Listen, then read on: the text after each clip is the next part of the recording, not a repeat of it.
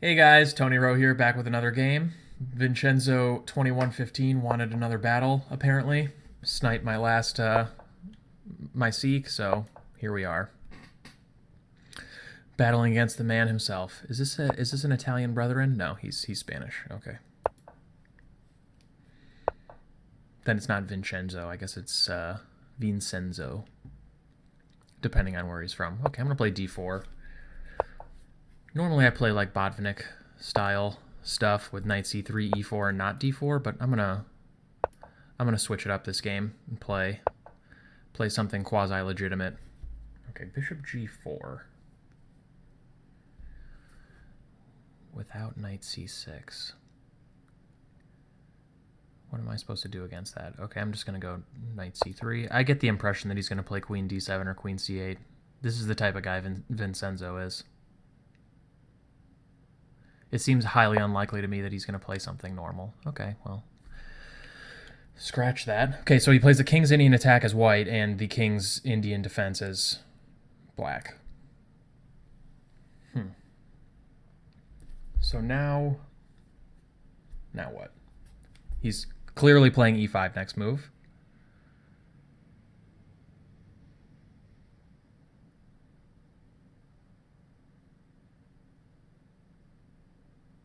Um, h3 maybe?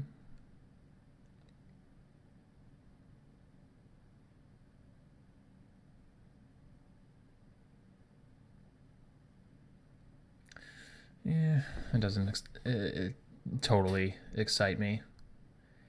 h3, bishop f3 maybe, bishop f3, hitting b7, knight c6, I would guess.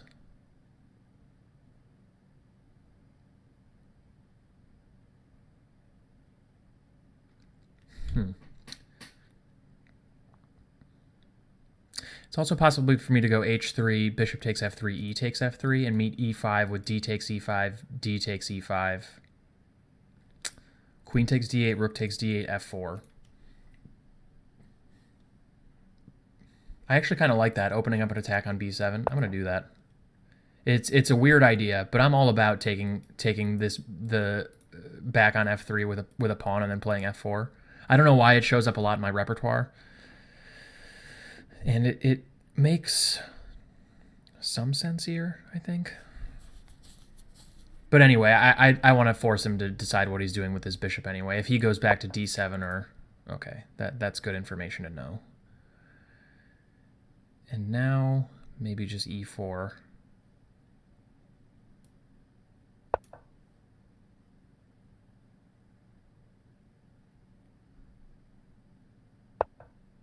Queen c8. I'm shocked.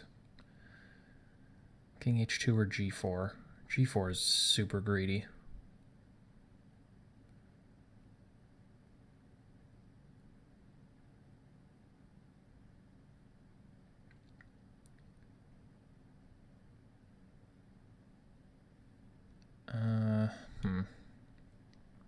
I'll just play king h2. I shouldn't waste too much time on this. I think g4 h5 is pretty terrifying, so I'm not going to do that. d5. d5's kind of calling out here. Knight d5. No, knight d5 is nothing. Knight d5, knight e4. I don't see anything. Bishop e3 is also another move, but I feel like playing knight c6 before he plays e5 sort of encourages me to do this. So I'm going to.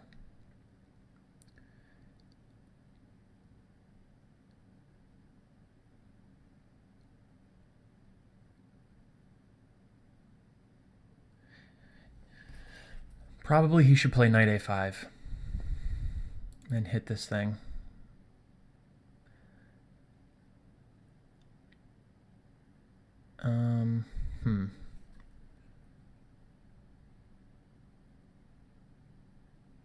What's the best way to defend the c-pawn if he does that? Probably queen e2. I can also go knight d2.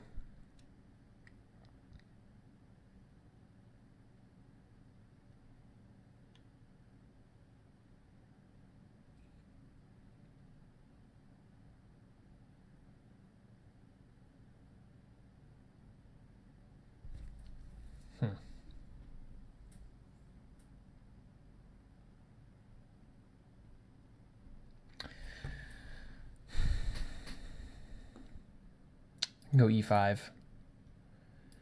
D takes, knight takes, defends. Hits this bishop.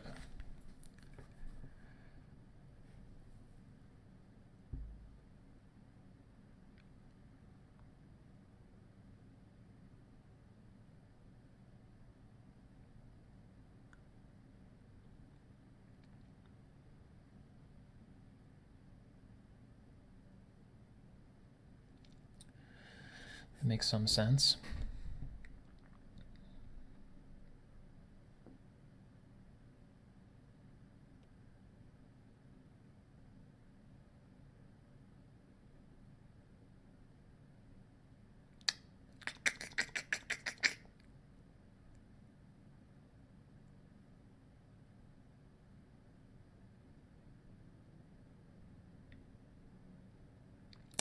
I'm going to play knight d2.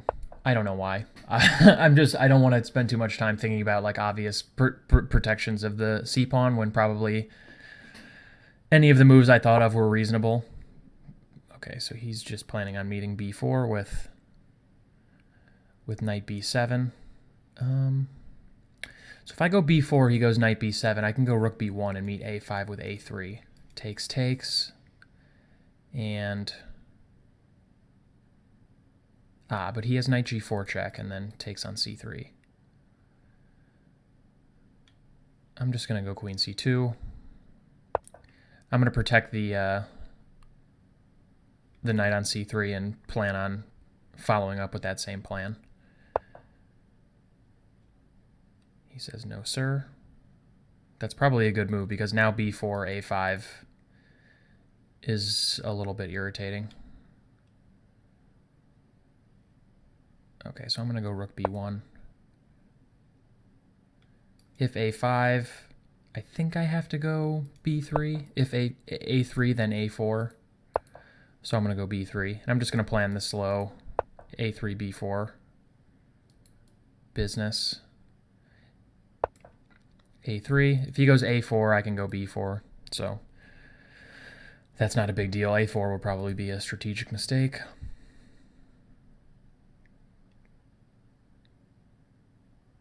Now black can meet a4, b4 with a takes, knight a4, and if knight takes, either bishop takes or rook takes.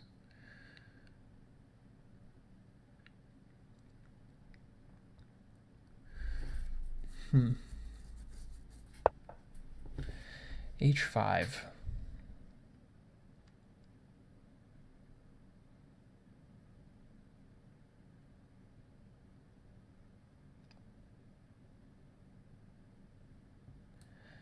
Knight f3. I'd like to go bishop e3, maybe knight d4. And knight f3 also stops h4 for the time being.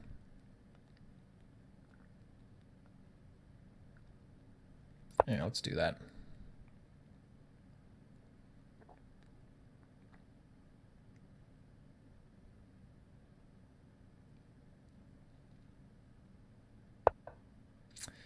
e6, I think that's good. I think that's a good move.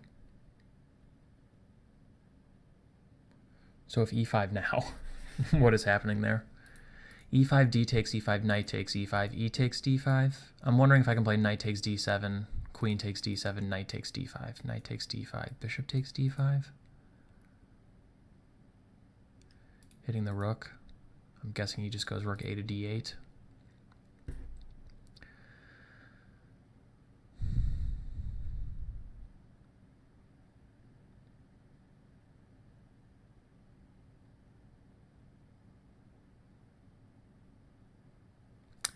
It's a mess. But I like that I'm opening up the game and grabbing the two bishops at the same time. That feels good to me. I can also just play d takes e6, but then bishop e6, I think, is probably my opponent's response. If b4 now, maybe d takes e6, bishop takes e6 with the idea of b4.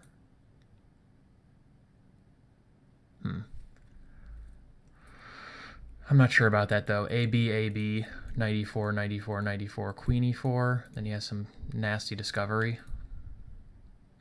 Bishop h3 maybe, or something dumb like that. probably not good, but it's just an irritation. So e5, if he moves the knight, knight h7, e takes d6, looks really bad though. So e takes, knight takes. Does he have anything? What if knight d5? Discovering an attack on my knight. And hitting this knight. If knight d7, knight c3. I can take here, he can take on b1. That's a mess. I don't know what to make of that.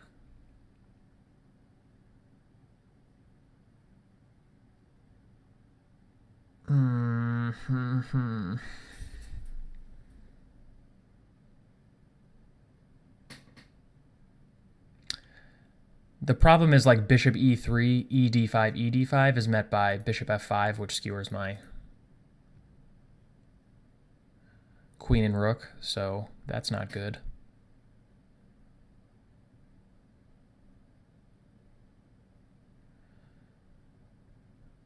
I would need to... Okay, so I'm drifting. I need to calculate e5, and I'm running out of time. e5, de5, knight e5, materials even. Knight d5, I'm down a pawn. Knight d7, I'm up a bishop for a pawn. Knight c3, I am down a pawn. Knight c3, up a knight for a pawn. Knight takes b1. I'm down an exchange and a pawn. I move my knight. I guess I have to go to e4.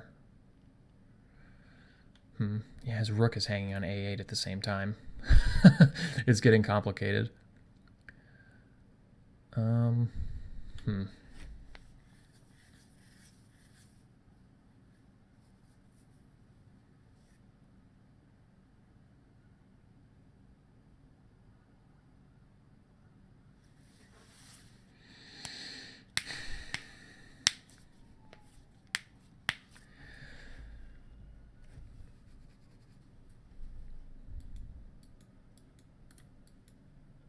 Knight d5.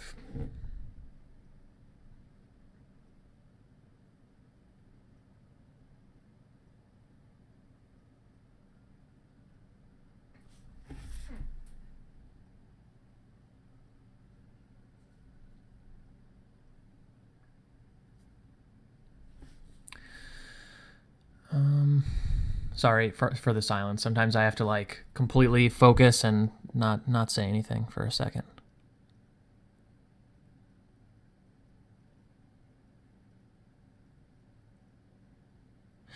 All right, let's try it. I've spent enough time analyzing this move. I feel like I just have to play it.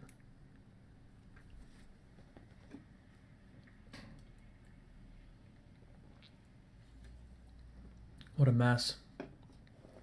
Not as smooth as my first game against Vincenzo2115, that's for sure. I'm hoping to just go into ed5, knight d7. Just very...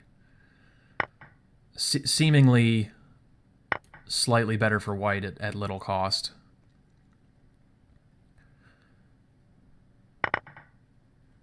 Hitting this thing. Ooh, I'm also threatening queen g6, aren't I?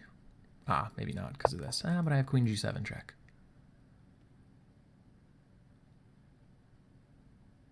Okay, that's not that exciting, I guess.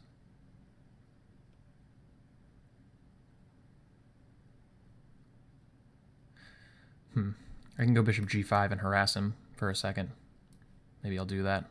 I'll take a free tempo.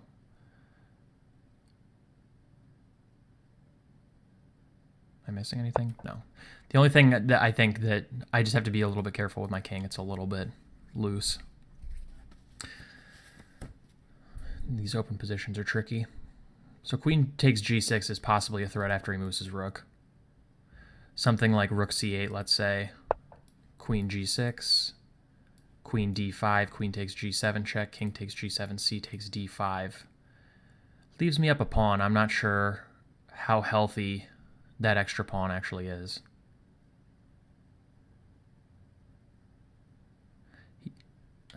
This guy offers draws a lot. This is just very odd.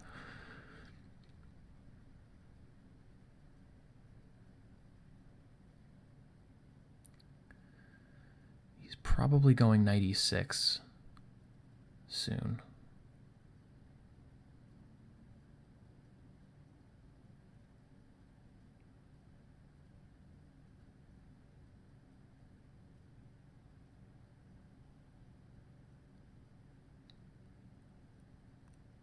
Queen g6, queen d5, queen g7, king g7, cd, f6, bishop e3. Probably bishop f4 actually hitting c7.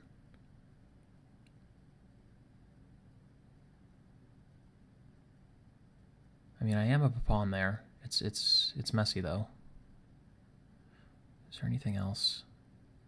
If he goes knight e6, I can just take on h5. He's almost forced to play here, or else I'm just going to take on h5 for free.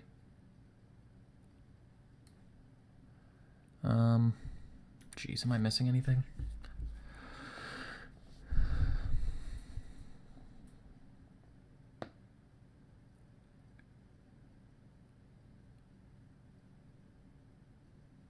I don't think so. Queen d5, queen g7, king g7.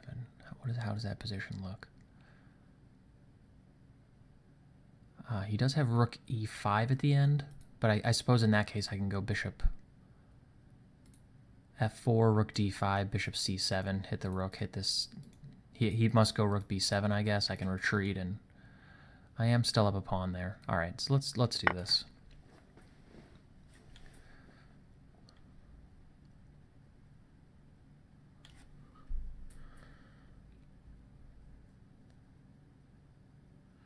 Let's see what he decides to play here. I think queen d5 is practically forced. Yeah, queen g7. Pre-move c takes d5. You can also go rook e2 here.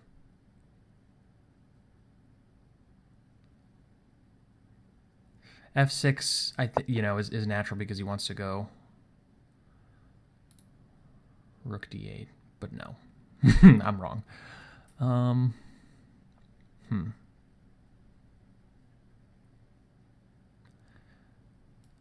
going to go bishop f4. He's going to go knight d3, so I want to get my bishop on this diagonal before that. And maybe next move I'll just play king g2, getting ready to activate this rook without losing my f-pawn. If he goes knight d3...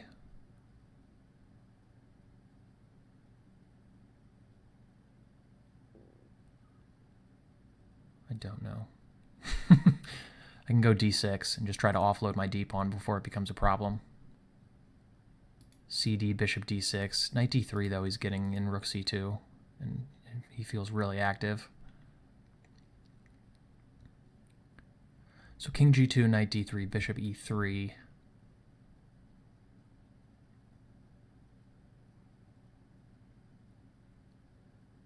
Maybe king f3. B4 anything? Probably not. I'm going to go king f3.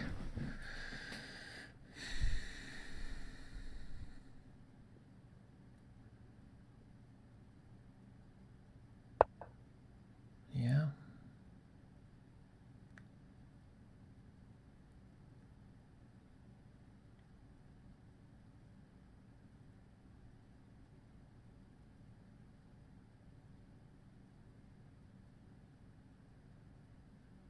I can go king f3 as well. King f3, knight f4, king f4, rook d2, rook b to d1, rook b2, rook d3.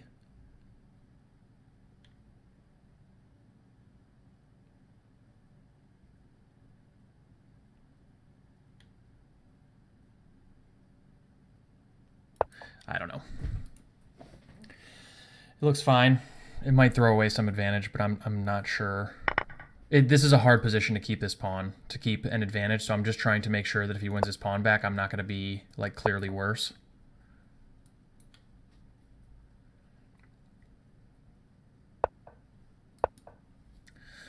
Okay, this is a position I can, I think, massage. At least it feels that way to me. I'm going to go f3, getting rid of the f-pawn so I can go rook c1. He goes rook e2, of course, rook a4. Okay, I have no problem going h4. That's fine. He's giving me these moves for free, which I think are useful moves. You should probably go rook c2 to c5, yeah. I can go rook e1 maybe.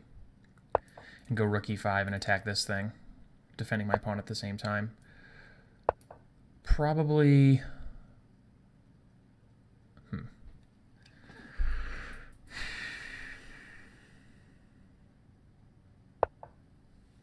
Really? Okay. I don't get it. Maybe he's just trying to flag me. But this seems quite good now. If d6, I think I'm winning that ending if he has to take here.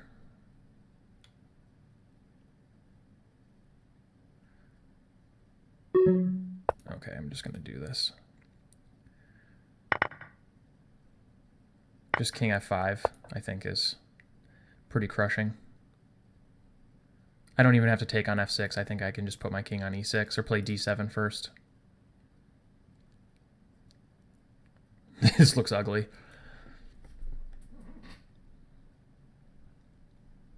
This will be an interesting one to look at because I feel like there were some critical moments in this game where it was important for me to play accurately if I wanted to have any advantage. And I don't think I played the opening that well, but I'll just take this. I don't think I played the opening that well, but I think after knight takes d5, bishop d5, all that business, I'm just clearly better. God, I almost pre-moved b4. If he would have played c4 in that instant, I would have had to quit chess. Okay, sure. He's going to go rook f3 and then resign. No, he doesn't do that. Okay. Let's take a look. This was a weird one. Fianchetto King's Indian, popular. Bishop g4, not that popular. Let's see where it ranks. Pretty low.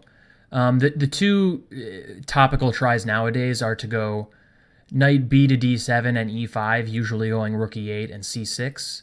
The other plan is to go knight c6, intending to sort of start chipping away at this c4 pawn with a6, rook b8, b5, a lot of times knight a5, trying to use this c4 square. And I think in general, knight c6 and that approach is a little bit more principled. When white puts the bishop on g2, he's sort of weakening the c4 square, you know, because the bishop is no longer on that diagonal. This square is a little bit weak, and I think it makes sense to try and sort of exploit that in some way. This move is fine, but like knight c3, e5, e4, and then okay. So it looks like some bungles. It'll be worth looking at. Whoops. So, oh, I forgot it deletes. I always do that. Oh, not this variation.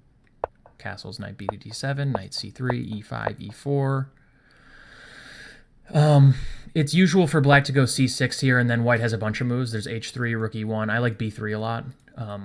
But in general, I think black has to be a little bit careful in these positions because usually black's plan involves e takes d4, and playing e takes d4 and not maintaining the tension on the between these two pawns on the e5 square is a little bit risky because something like, you know, this pawn structure, okay, this is not the most popular move or the best move, but this pawn structure is extremely strategically risky for black.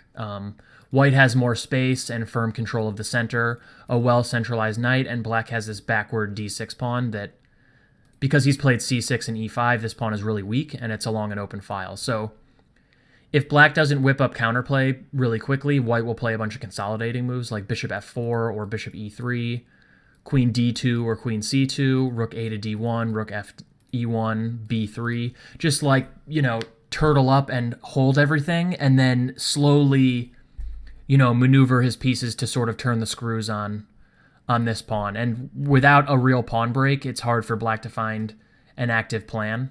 You know, it's no coincidence that lines like this score extremely well for white, even if practically they are, or theoretically they're equal. On a practical level, they're extremely hard to play as black, because if black isn't precise, if black is just a little bit lazy, then he'll be completely strangled, devoid of counterplay, and will just be ground down in horrific fashion. He'll just be forced to shuffle around his pieces until white gains all the space and just like land some kind of a knockout blow. So I think knight c6, knight c3, a6 is more interesting. And then again, there are a lot of different options here. d5, h3, b3 are the main ones, but bishop f4 has become really popular within the past couple of years, intending to go rook c1 quickly and try and at least deter black from playing b5 because of the possibility of opening the c file for this rook.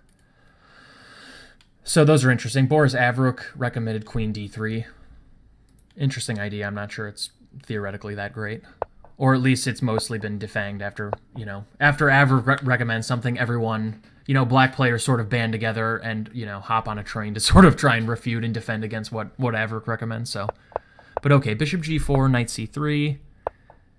Rook e8 is highly unusual. I'm not sure about that. I think more natural would be moving the knight or playing like queen d7, queen c8 to go bishop h3, but I was almost sure he was going to go queen c8, but okay, after knight c3, or knight c6 rather, I was thinking, oh, but in this case d5 is good. I think I've looked at this before on my channel, and if bishop f3, ef3, and if knight e5, then just protecting the c4 pawn in some way, and then playing f4 is really good for white. And if knight a5, yeah, knight d2, intending maybe h3, bishop d7, e4, and probably slightly better for white. And man, look at white's score. 14% black wins. White wins every coin flip. That's brutal. Yeah, this is pretty bad. Rook e8, h3. I was planning bishop f3, ef3. I wonder how this is. And if e5, I was thinking about taking here, and then playing f4. I have to take first, I think, because if I go here, he might be able to play e4. Or he might be able to play, like, takes e4. I was a little bit worried about him stunting this bishop. It doesn't seem like I need to be worried about that. I guess g4 maybe even. Or, like, knight b5. I'm not sure. It doesn't look as bad as I thought it did in my head. Sometimes that happens. But I was planning on taking with the e-pawn and then meeting e5 with d-takes. This looked extremely good for white to me. Hitting b7, but also hitting the e-pawn. If he takes, I think I can just take here.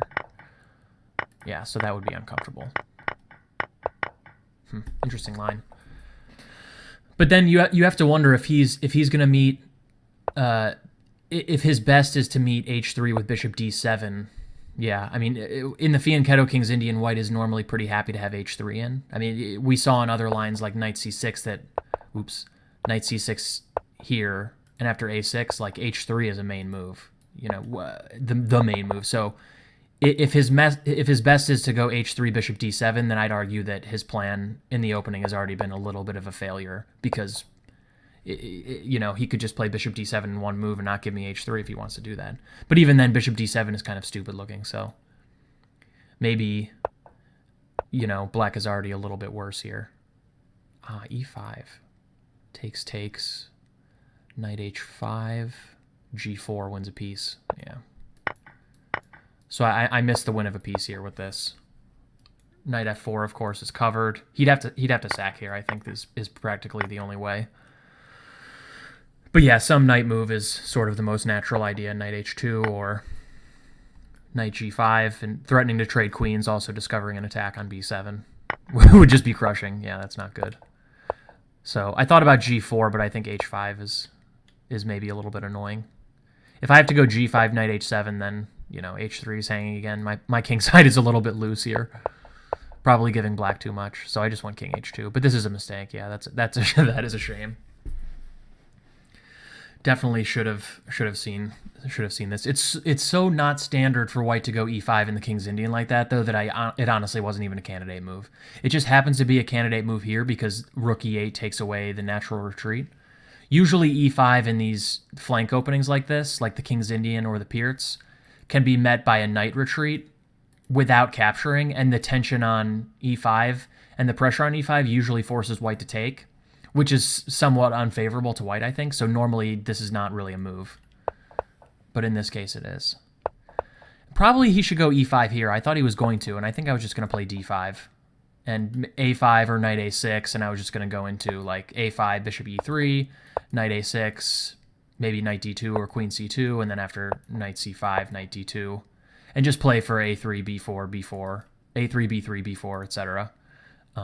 In usual sort of classical King's Indian style. I don't think black is actually that much worse here. I mean, I don't think, if this is the position I had to go for, black's setup looks relatively natural, and I don't think I punished his opening in the optimal way. You know, I shouldn't let him do this, because this looks like a relatively normal classical King's Indian. So, but knight c6 I think is inaccurate.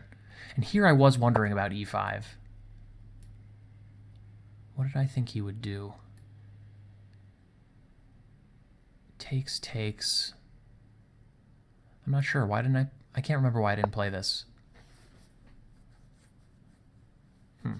Yeah, it looks interesting. I considered it. Just taking off the bishop most likely, but...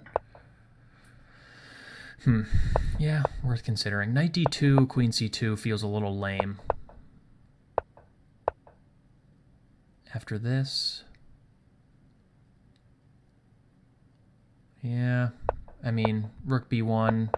This didn't feel all that exciting. h5 is actually interesting. I think this is a good move.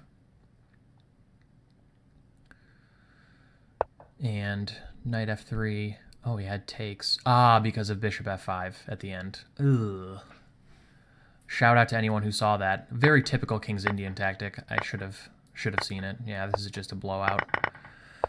Dang. That's a shame. So knight f3 is a blunder.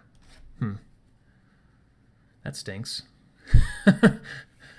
Yeah, probably I should go bishop b2 in that case then. Just giving my rook a defender, connecting my rooks, putting my bishop on a normal square. Ugh. Yeah, that stinks. But he missed it. And e5, I was more worried about this. And I was trying to evaluate the consequences of this line, which is extremely long. I thought I should go... knight a4 makes more sense. I thought I should go knight e4 to stop knight c3. But knight a4... But I didn't want to do this because it also blocks the bishop on g2 from this attack. And knight a4 I didn't even see, but yeah, it's the same idea. Stopping knight c3 but keeping open bishop a8. So if he goes here, I can just take, and I think I'm much better. I saw all this, and I saw that his knight was trapped, and that I should just probably go for this. If the best he has is knight a3, bishop a3, I would certainly go for this. I think white is much better here. So that's good. I think I accurately calculated this sequence. I calculated both all the way to here. C6. I didn't see that. I calculated to here and thought white was a little bit better. White's a little bit worse, actually. So a misevaluation on my part, based on the fact that I didn't see c6. I thought he had to go like rook a to d8.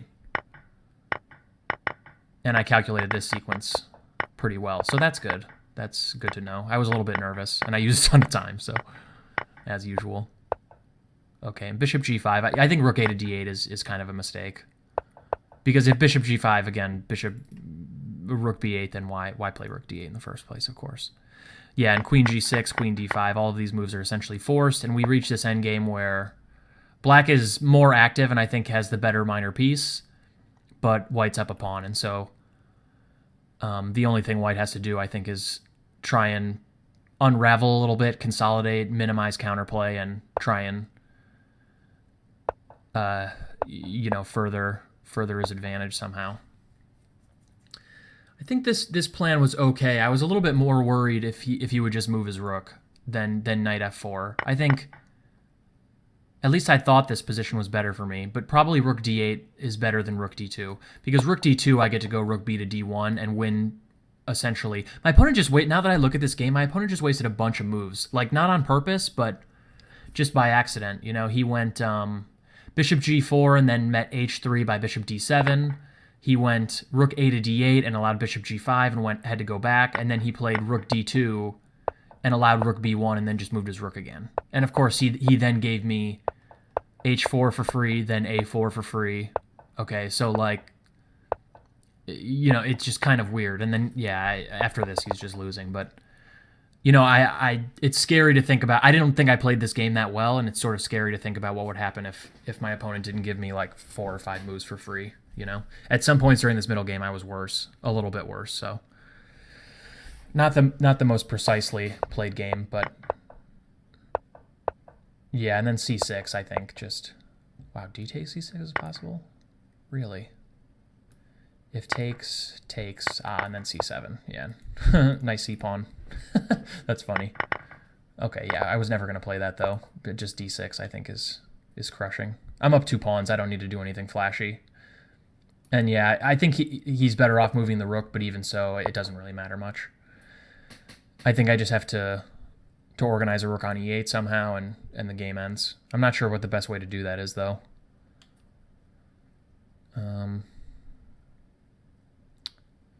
I guess I can also walk my king to C7. That's a pretty natural plan as well. Like if I go here, king F5, and he has to stop my king from getting to E6, so either king F7 or rook E2. King F7, I probably get to play rook H7, which is good. So if rook E2, but rook D6, and I hit both of these things. If rook E5 here, what if he moves the rook again? What about rook E7? And I just have to jettison that pawn. Yeah, don't love that. I guess I win the b6 pawn for it, but this seems unnecessarily complicated. I'd rather keep the d pawn. I'm not sure. But as it is, this ending is just completely over.